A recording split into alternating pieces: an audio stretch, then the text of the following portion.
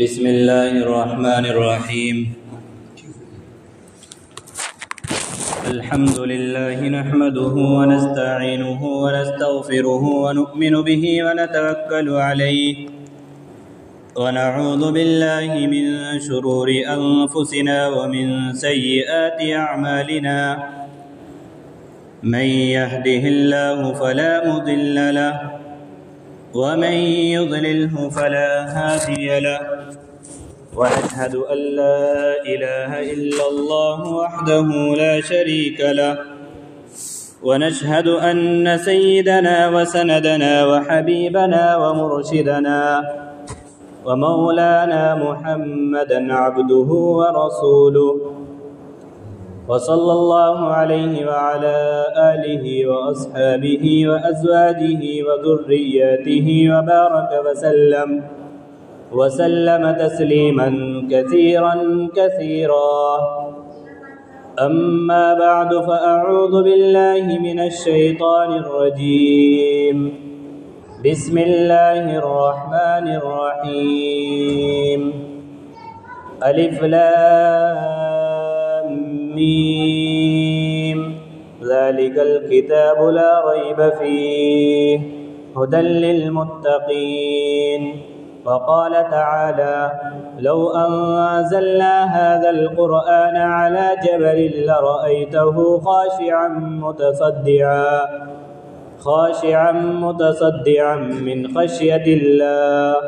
وتلك الأمثال نضربها للناس لعلهم يتفكرون. قال النبي صلى الله عليه وسلم: خيركم من تعلم القرآن وعلمه. صدق اللہ العظیم. درود شریف پڑھ لیجئے. اللہم صل علی سیدنا محمد وعلی آل سیدنا محمد وبارک وسلم. اللہم صل علی سیدنا محمد وعلی آل سیدنا محمد وبارک وسلم. اللہم صل علی سیدنا محمد وعلى آل سيدنا محمد وبارک وسلم. سامعین محترم، نوجوان دوستوں اور عزیز ساتھیوں، میں نے آپ حضرات کے سامنے قرآن مقدس کی دو مختصر سی آیت اور پیارے پیغمبر علیہ السلام کا ایک فرمان عالیہ پیش کیا ہے. اسی کے تحت چند باتیں ہوگی. اللہ تبارک و تعالیٰ سے دعا کرے کہ خداوند قدوس صحیح اور سچی بات کہنے اور ہم سب کو ان پر عمل کرنے کی توفیق عطا فرمائے. قرآن مقدس کی آیت میں نے آپ کے سامنے پڑھی ہے. اللہ تبارک و تعالیٰ اس آیت کریمہ کے اندر کیا ارشاد فرماتے ہیں کہ الف لام میم ذالک الکتاب لا ریب فیہ. یہ جو کتاب ہے یہ لا ریب ہے. جو قرآن کریم ہے یہ لا ریب ہے، یعنی اس میں کوئی شک نہیں ہے. یہ بغیر شک و شبے کی کتاب ہے. ہدی للمتقین. یہ متقیوں کے لیے ہدایت ہے. یہ متقیوں کے لیے ہدایت ہے. لیکن متقی کون ہوتا ہے؟ کس کو کہتے ہیں متقی؟ کون ہوتا ہے متقی؟ جو پرہیزگار ہوتا ہے، جن کاموں کو اللہ نے کرنے کا حکم دیا ہے ان کاموں کو کرتا ہے، جن کاموں سے رکنے کا حکم دیا ہے ان کاموں سے رکتا ہے، اللہ کے احکام کو پورا کرتا ہے، اس انسان کو متقی کہتے ہیں. مجھے آپ کے سامنے قرآن کریم کے تعلق سے باتیں کرنی ہے. ابھی رمضان المبارک کا مہینہ گزرا ہے، چند ہی روز گئے ہیں، لیکن آپ اپنا حال دیکھیے، آپ اپنی مسجد کا حال دیکھیے کہ رمضان المبارک کا مہینہ تھا، یہ والا حصہ بھی فل بھر جایا کرتا تھا، باہر والا حصہ بھی فل ہو جایا کرتا تھا، مسجد کا صحن بھی فل ہو جایا کرتا تھا. لیکن رمضان جیسے ہی ختم ہوا، جیسے ہی عید کا دن آیا، کہاں چلے گئے وہ نمازی؟ کہیں باہر کے تو نہیں تھے، اسی گاؤں کے تھے، اسی محلے کے تھے، اسی بستی کے تھے، لیکن گئے کہاں؟ نظر نہیں آ رہے ہیں. فجر کی نماز میں دیکھیے، اس وقت باہر تک بھیڑ ہو جایا کرتی تھی، لیکن آج 3 یا 2 صف بھرتی ہے. کہاں چلا گیا مسلمان؟ کس حال میں ہے آج مسلمان اللہ تبارک و تعالیٰ نے ہمیں ایک کتاب دی ہے. کس لیے دی ہے اللہ تبارک و تعالیٰ نے ہمیں ایک کتاب؟ اللہ نے اس قرآن میں کیا نہیں بتلایا اور کیا نہیں دیا اللہ تبارک و تعالیٰ نے ہمیں اس قرآن کریم کے اندر. یہ قرآن کریم اتنی برکتوں والی کتاب ہے، اتنی سعادت والی کتاب ہے کہ اس کی فضیلت کے بارے میں آپ اندازہ لگا سکتے ہیں کہ یہ کتاب کس کی زبان سے نازل ہوا ہے، کس کا کلام ہے یہ قرآن کریم. یہ اللہ تبارک و تعالیٰ کی زبان سے نکلا ہوا کلام ہے. کتنی فضیلتوں والا کلام ہے. بھیجنے والے کون ہیں؟ اللہ تبارک و تعالیٰ. کس کے پاس آنا ہے؟ اللہ کے نبی علیہ الصلوۃ والسلام کے پاس آنا ہے. لے کر کے کون آئے؟ قرآن کریم کو کون لے کر کے آیا؟ دیکھو میری عادت ہے، آپ نے مجھے پہلے بھی دیکھا ہوگا، آج تو میں بہت دنوں میں آپ کے سامنے آیا ہوں، لیکن پہلے بھی آپ نے مجھے دیکھا ہوگا.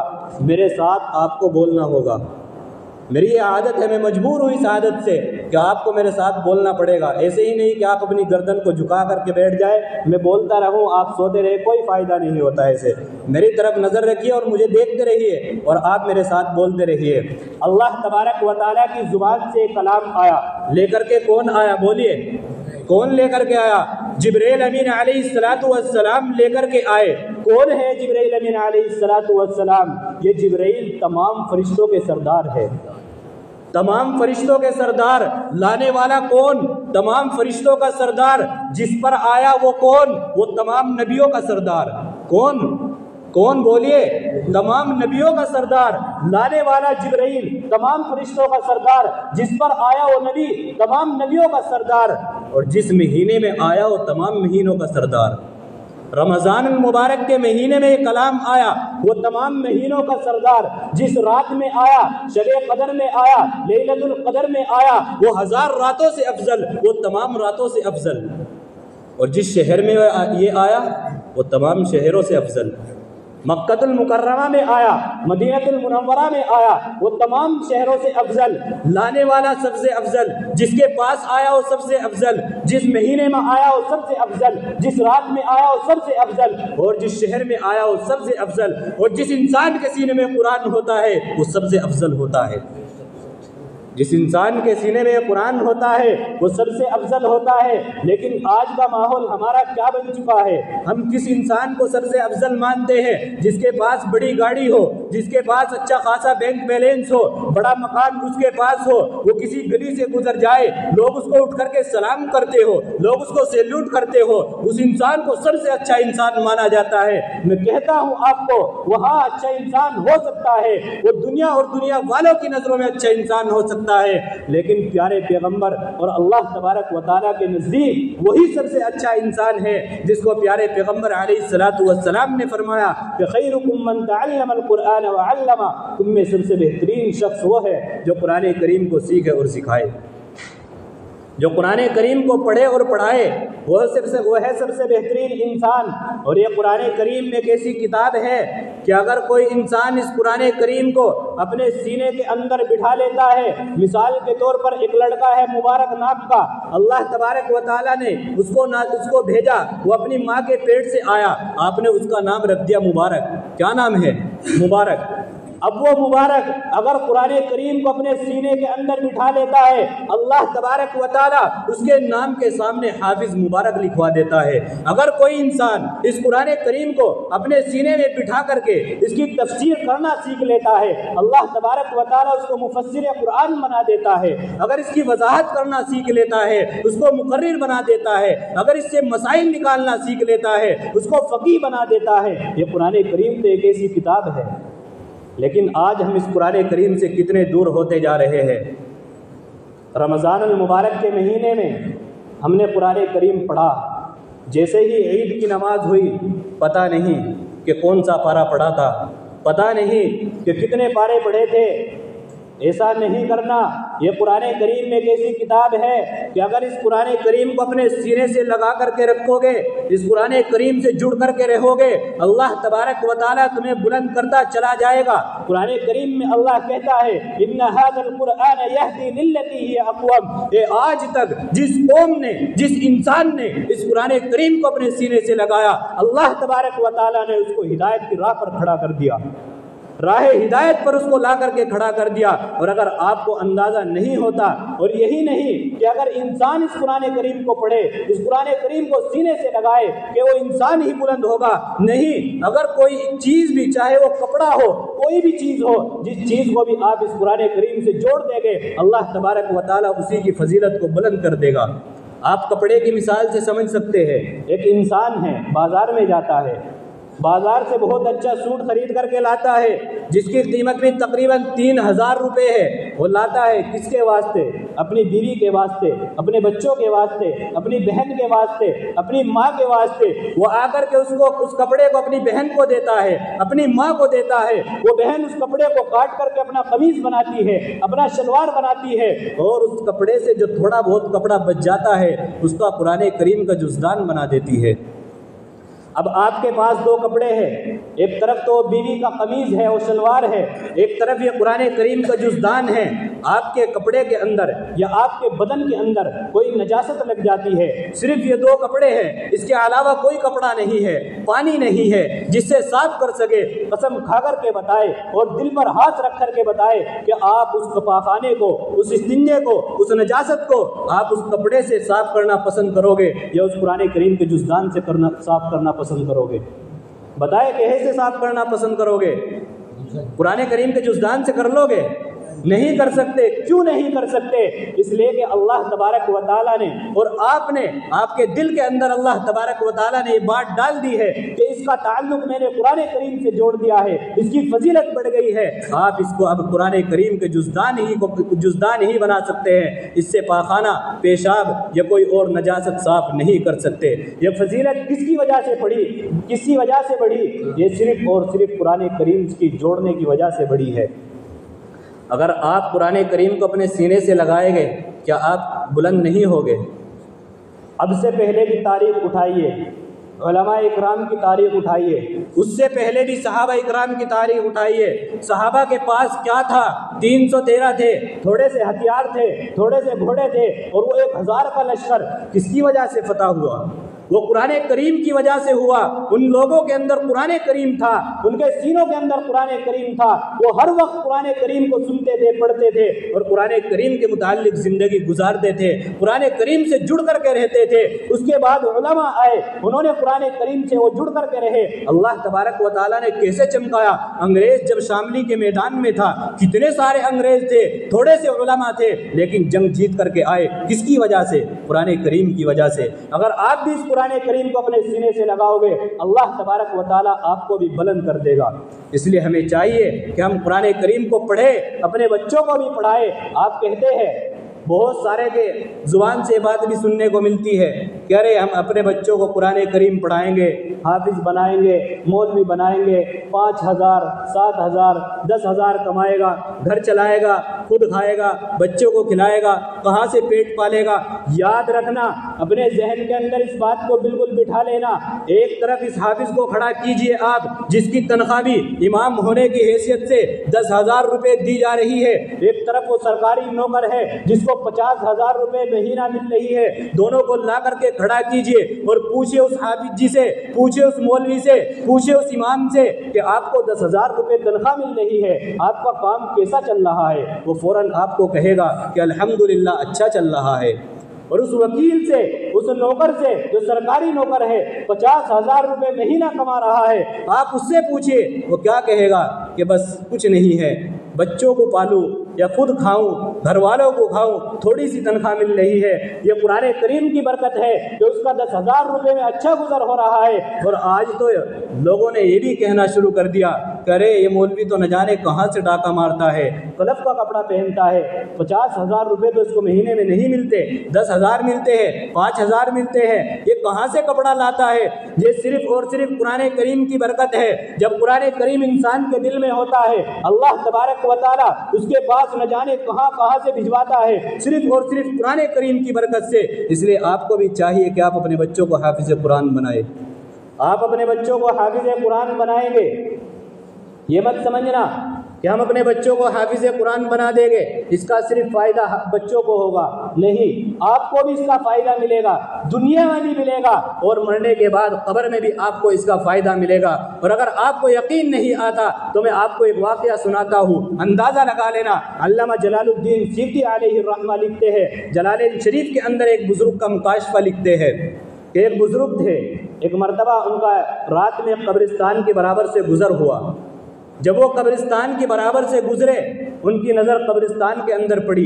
انہوں نے دیکھا قبرستان کے اندر کہ تمام کے تمام قبرستان کے اندر کوئی موتی کی طرح کی چیز ہے، وہ تمام قبرستان کے اندر پھیلی پڑی ہے، اور تمام مردے اپنی قبروں سے نکل کر کے اس موتی کی طرح کی چیز کو اٹھا رہے ہیں، چن رہے ہیں۔ اب وہ بزرگ اور ایک شخص ہے جو اپنی قبر سے نکل کر کے اپنی قبر سے ٹیک لگائے ہوئے بیٹھا ہوا ہے، اس موتی کی طرح کی چیز کو اٹھانے میں شامل نہیں ہے۔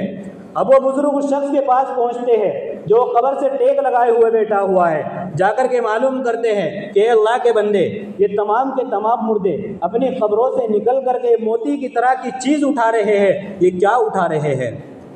تو شخص کہتا ہے کہ جو لوگ ہمیں دنیا کے اندر قرآن کریم پڑھ کر کے ایصال ثواب کرتے ہیں، درود شریف پڑھ کر کے ایصال ثواب کرتے ہیں، اور بہت ساری چیزیں پڑھ کر کے ایصال ثواب کرتے ہیں، جو ہمیں وہ نیکیاں ملتی ہے وہ ہمیں اس حال میں ملتی ہے، ہمیں ان کو اٹھانا پڑتا ہے، چننا پڑتا ہے۔ تو بزرگ اس شخص کہنے لگے کہ تمام کے تمام مردے قبروں سے نکل کر کے اس موتی کی طرح کی چیز کو، اس نیکیوں کو اٹھا رہے ہیں، آپ ان کے ساتھ ان نیکیوں کو اٹھانے میں شامل کیوں نہیں ہے؟ وہ کہنے لگا کہ اللہ کا شکر ہے میرا ایک بچہ حافظ قرآن ہے، اور وہ روزانہ مجھے ایک قرآن کریم پڑھ کر کے ایصال ثواب کرتا ہے، اس لیے مجھے ان نیکیوں کو اٹھانے کی ضرورت نہیں ہے۔ وہ بزرگ اس شخص سے معلوم کرتے ہیں کہ وہ آپ کا بیٹا رہتا کہاں ہے؟ وہ کہتے ہیں کہ فلاں بازار میں اس کی حلوے کی دکان ہے، وہاں حلوہ فروخت کرتا ہے، حلوہ بیچتا ہے۔ صبح ہوتی ہے، وہ بزرگ اس بازار میں پہنچتے ہیں، جا کر کے دیکھتے ہیں کہ ایک حلوے کی دکان ہے، ایک نوجوان شخص ہے، حلوہ بیچ رہا ہے، لوگوں کو حلوہ دے بھی رہا ہے، ان سے پیسے بھی لے رہا ہے، ان کو پیسے واپس بھی کر رہا ہے، لیکن جو اس کے ہونٹ ہیں وہ بار بار جنبش کر رہے ہیں، بار بار ہل رہے ہیں۔ اب وہ بزرگ اس سے معلوم کرتے ہیں کہ نوجوان ذرا بتا تو صحیح، تو لوگوں کو حلوہ بھی دے رہا ہے، ان سے پیسے واپس بھی لے رہا ہے، ان کو پیسے دے بھی رہا ہے، جو تیرے ہونٹ ہیں بار بار ہل رہے ہیں، تو پڑھ کیا رہا ہے، تو کہہ کیا رہا ہے؟ تو وہ کہتا ہے کہ جب سے میرے والد کا انتقال ہوا ہے، میں روزانہ صبح سے لے کر شام تک ایک قرآن کریم پڑھ کر کے اپنے والد کو ایصال ثواب کرتا ہوں، اس لیے کہ میں حافظ قرآن ہوں، میں اپنا کام بھی کرتا رہتا ہوں اور قرآن کریم کی تلاوت بھی کرتا رہتا ہوں۔ چند سال گزرتے ہیں، پھر اس بزرگ کا اسی قبرستان کے برابر سے گزر ہوتا ہے۔ رات میں وہ دیکھتے ہیں کہ اس مرتبہ وہ تمام کے تمام مردے قبروں سے نکل کر کے نیکیاں اٹھا رہے ہیں، اور جو شخص اس وقت اپنے قبر سے ٹیک لگائے ہوئے بیٹھا ہوا تھا، اس وقت وہ بھی ان کے ساتھ نیکیاں اٹھانے میں شامل ہے۔ وہ بزرگ پھر اسی شخص کے پاس پہنچتے ہیں اور جا کر کے اس سے معلوم کرتے ہیں کہ میں چند سال پہلے آیا تھا، میں نے دیکھا تھا کہ تو اپنی قبر سے ٹیک لگائے ہوئے بیٹھا ہوا تھا، ان نیکیوں کو اٹھانے میں شامل نہیں تھا، لیکن اس مرتبہ تو بھی ان نیکیوں کو اٹھا رہا ہے، بات کیا ہے؟ تو وہ کہتا ہے کہ جو میرے بیٹا تھا وہ حافظ قرآن تھا، وہ اب اس کا بھی انتقال ہو چکا ہے، اس لیے مجھے ان نیکیوں کو اٹھانے کی ضرورت پڑ رہی ہے۔ اس لیے اگر آپ کا بچہ حافظ قرآن ہے، چاہے وہ اپنے استاد کو سبق سنا رہا ہو، یا وہ قرآن کریم کا سبق یاد کر رہا ہو، یا وہ قرآن کریم پڑھ رہا ہو، آپ کو اس کا برابر ثواب ملتا رہے گا۔ اس لیے ہمیں چاہیے کہ ہم اپنے بچوں کو حافظ قرآن بنائیں گے نا انشاءاللہ؟ کون کون بنائے گا؟ ہاتھ اٹھا کر کے بتائے۔ اپنے بچوں کو حافظ قرآن بنائے اور قرآن کریم سے جڑ کر کے رہے، قرآن کریم سے لپٹ کر کے رہے۔ اگر آپ اپنے آپ کو قرآن کریم سے جوڑ کر کے رکھیں گے، اللہ تبارک و تعالیٰ آپ کو بلند کر دے گا، اور ایسا بلند کرے گا کہ آپ اندازہ بھی نہیں لگا سکتے۔ آپ میں سے بہت سارے شخص ایسے بھی ہیں کہ جو بڑھاپے کی حالت کو پہنچ گئے ہیں، قرآن کریم نہیں پڑھ سکتے، حالانکہ یہ بات نہیں ہے، قرآن کریم بڑھاپے میں بھی پڑھا جا سکتا ہے۔ نہ جانے بہت سارے انسان ایسے ہیں جنہوں نے بڑھاپے کی حالت میں بھی قرآن کریم پڑھا ہے، لیکن آپ نہیں پڑھنا چاہتے۔ اتنا تو کر سکتے ہیں کہ آپ روزانہ قرآن کریم کو اٹھا کر کے اپنے سینے سے لگائے۔ ایک شخص گزرا ہے، بہت بڑا اللہ والا تھا، منشی رحمت علی دیوبندی رحمت اللہ علیہ۔ کون؟ منشی رحمت علی دیوبند کی سرزمین پر رہتا ہے اور منشی گیری کا کام کرتا ہے، منشی تھا۔ روزانہ دیوبند سے نانوتا کام کرنے کے لیے آیا کرتا تھا۔ ایک دن وہ وہاں سے دیوبند سے نکلے، راستے میں دیکھا کہ لوگوں کا ہجوم ہے، بھیڑ بھاڑ ہے، ٹھہر گیا، دیکھا کہ ماجرا کیا ہے۔ انہوں نے دیکھا کہ وہاں ایک شخص ہے جو مردہ ہو چکا ہے، اس کا انتقال ہو چکا ہے، وہاں وہ پڑا ہوا ہے اور تمام کے تمام لوگ اس کو دیکھ رہے ہیں۔ جیسے ہمارے یہاں بھی ہوتا ہے، اگر کسی انسان کا انتقال ہو جاتا ہے تو تمام کے تمام لوگ اس کو دیکھنے کے لیے جاتے ہیں، بھیڑ ہو جاتی ہے۔ وہاں بھی یہی حالت تھی۔ وہ وہاں پہنچے، جا کر کے دیکھا کہ ایک شخص پڑا ہوا ہے، انتقال ہو چکا ہے۔ اب گھر کے اندر سے آواز آتی ہے کہ ان کی کچھ وصیتیں تھیں، اور ان میں سے ایک وصیت یہ بھی تھی کہ میرا نماز جنازہ جو پڑھائے وہ منشی رحمت علی دیوبندی پڑھائے۔ اب لوگوں میں شور ہو گیا کہ نماز جنازہ وہ دیوبند سے پڑھانے کے لیے آئے گے۔ جب منشی رحمت علی کے کانوں میں یہ بات پڑی، وہ کہنے لگے کہ میں یہاں موجود ہوں۔ انہوں نے نماز جنازہ پڑھایا۔ نماز جنازہ پڑھانے کے بعد جب ان کو قبر میں اتارا گیا، قبر میں اتارنے کے بعد اس منشی رحمت علی کی جیب میں، اوپر کی جیب میں اس کا پرس تھا، وہ قبر میں گر گیا۔ قبر میں گرنے کے بعد ان کو پتہ نہیں رہا۔ وہ وہاں سے چلے، اپنے کام کے لیے نانوتا پہنچے۔ جا کر کے جب اپنے آفس میں پہنچے، وہاں ان کو گارڈ نے روک لیا کہ آپ اپنا کارڈ دکھائیے اندر جانے کے لیے۔ ہر انسان کا جو سرکاری آدمی ہوتا ہے اس کا کوئی کارڈ ہوتا ہوگا، ان کا بھی ایسا ہی کوئی کارڈ تھا۔ جب وہ وہاں آفس میں پہنچے، ان کو روک لیا کہ آپ اپنا کارڈ دکھائیے۔ انہوں نے اپنی جیب کو دیکھا، جیب کے اندر پرس نہیں ہے۔ اب وہ اپنا دماغ دوڑانے لگے کہ جب گھر سے نکلا تو پرس جیب میں تھا۔ ان کے ذہن کے اندر یہ بات آئی کہ جب تو وہاں قبر میں اس مردے کو اتار رہا تھا کہ شاید تیرا پرس وہاں گرا ہے۔ اب وہ واپس وہاں سے چلتے ہیں، پوری زندگی کا مسئلہ ہے۔ وہ واپس جاتے ہیں، جا کر کے ان کے گھر والوں سے بات کرتے ہیں کہ آپ کا جو مردہ جس کا انتقال ہوا تھا اس کی قبر میں میرا پرس گر چکا ہے، میں اس کو نکالنا چاہتا ہوں، ان کی قبر کو کھولنا چاہتا ہوں۔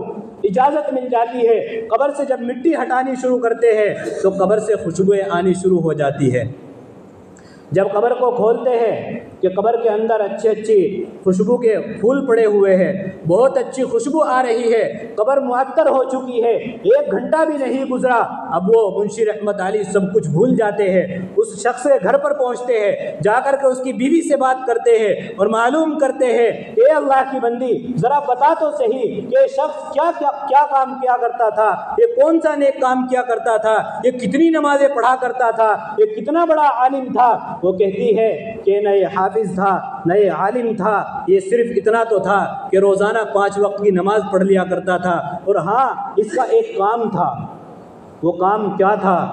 وہ کہتی ہے کہ جیسے ہی روزانہ قرآن صبح فجر کی نماز پڑھ کر کے آیا کرتا تھا اور گھر پر آتا تھا، یہ روزانہ قرآن کریم کو اٹھاتا تھا، اپنے سینے سے لگاتا تھا، اور سینے سے لگانے کے بعد اپنے سامنے کھول کر کے بیٹھ جایا کرتا تھا اور اس پر انگلی پھیرنی شروع کرتا تھا۔ ہر لائن پر ایسے انگلی پھیرتے ہوئے وہ بولتا تھا کہ یا اللہ تو نے یہ بھی سچ کہا، یا اللہ تو نے یہ بھی سچ کہا، یا اللہ تو نے یہ بھی سچ کہا۔ وہ کہتی ہے کہ صرف اتنا کام تو روزانہ یہ کیا کرتے تھے، اس کے علاوہ میں نے ان کو پوری زندگی میں کوئی کام کرتے ہوئے نہیں دیکھا۔ اسی کی وجہ سے اللہ تبارک و تعالیٰ نے کیسا نوازا کہ وہ منشی رحمت علی فرماتے ہیں کہ چند دنوں کے بعد مجھے خواب میں ان سے ملاقات ہوتی ہے، میں ان سے معلوم کرتا ہوں کہ آپ کے ساتھ اللہ تبارک و تعالیٰ نے کیا معاملہ کیا ہے۔ وہ کہتے ہیں کہ اللہ تبارک و تعالیٰ نے میری مغفرت کر دی۔ کس کی وجہ سے؟ صرف اور صرف قرآن کریم کو سینے سے لگانے کی وجہ سے، صرف اور صرف لائن پر انگلی پھیرنے کی وجہ سے۔ اتنا کام تو آپ بھی کر سکتے ہیں نا، کر سکتے ہیں۔ اچھا بتاؤ آج سے کون کون کرے گا؟ جو قرآن کریم پڑھا ہوا ہے وہ پڑھیے، اور جو قرآن کریم پڑھا ہوا نہیں ہے وہ بھی بتاؤ، ہاتھ اٹھا کر کے کون کون کرے گا؟ پکا وعدہ کرنا 10 منٹ 15 منٹ فجر کی نماز کے بعد ضرور آپ کو یہ کام کرنا ہے۔ اور آپ کو میں ایک بات اور آخر میں کہہ کر کے اپنی بات ختم کرتا ہوں۔ عید چلی گئی، رمضان چلا گیا۔ اب آپ کے گاؤں کے اندر یا آپ کے محلوں کے اندر یا آپ کی بستی کے اندر، آپ کے علاقے کے اندر، مدرسوں کے اندر تعلیم کا آغاز ہونے جا رہا ہے، ایڈمیشن شروع ہو چکے ہیں۔ آپ کو چاہیے کہ آپ اپنے بچوں کو حافظ قرآن ضرور بنائیں۔ آپ کے گھر کے اندر 4 بیٹے ہیں، 3 بیٹے ہیں، ضرور بھی ضرور ایک بچے کو حافظ قرآن بنائے۔ آپ ان کو وکیل بھی بنائے، ڈاکٹر بھی بنائے، انجینئر بھی بنائے، ساری چیز ان کو پڑھائے، لیکن اللہ کے واسطے اپنے بچوں کو حافظ قرآن بھی بنائے۔ ایک بیٹے کو تو چاہیے تو ضرور بھی ضرور سارے بیٹوں کو قرآن پڑھائے، اپنے بچوں کو حافظ بنائے، لیکن ایک بیٹے کو تو ضرور بھی ضرور آپ اپنے بچوں کو حافظ قرآن بنائیں گے نا انشاءاللہ۔ اللہ تبارک و تعالی جو باتیں کہی گئی عمل کرنے کی توفیق عطا فرمائے۔ جس نے سنتیں نہیں پڑھی وہ سنتیں پڑھے۔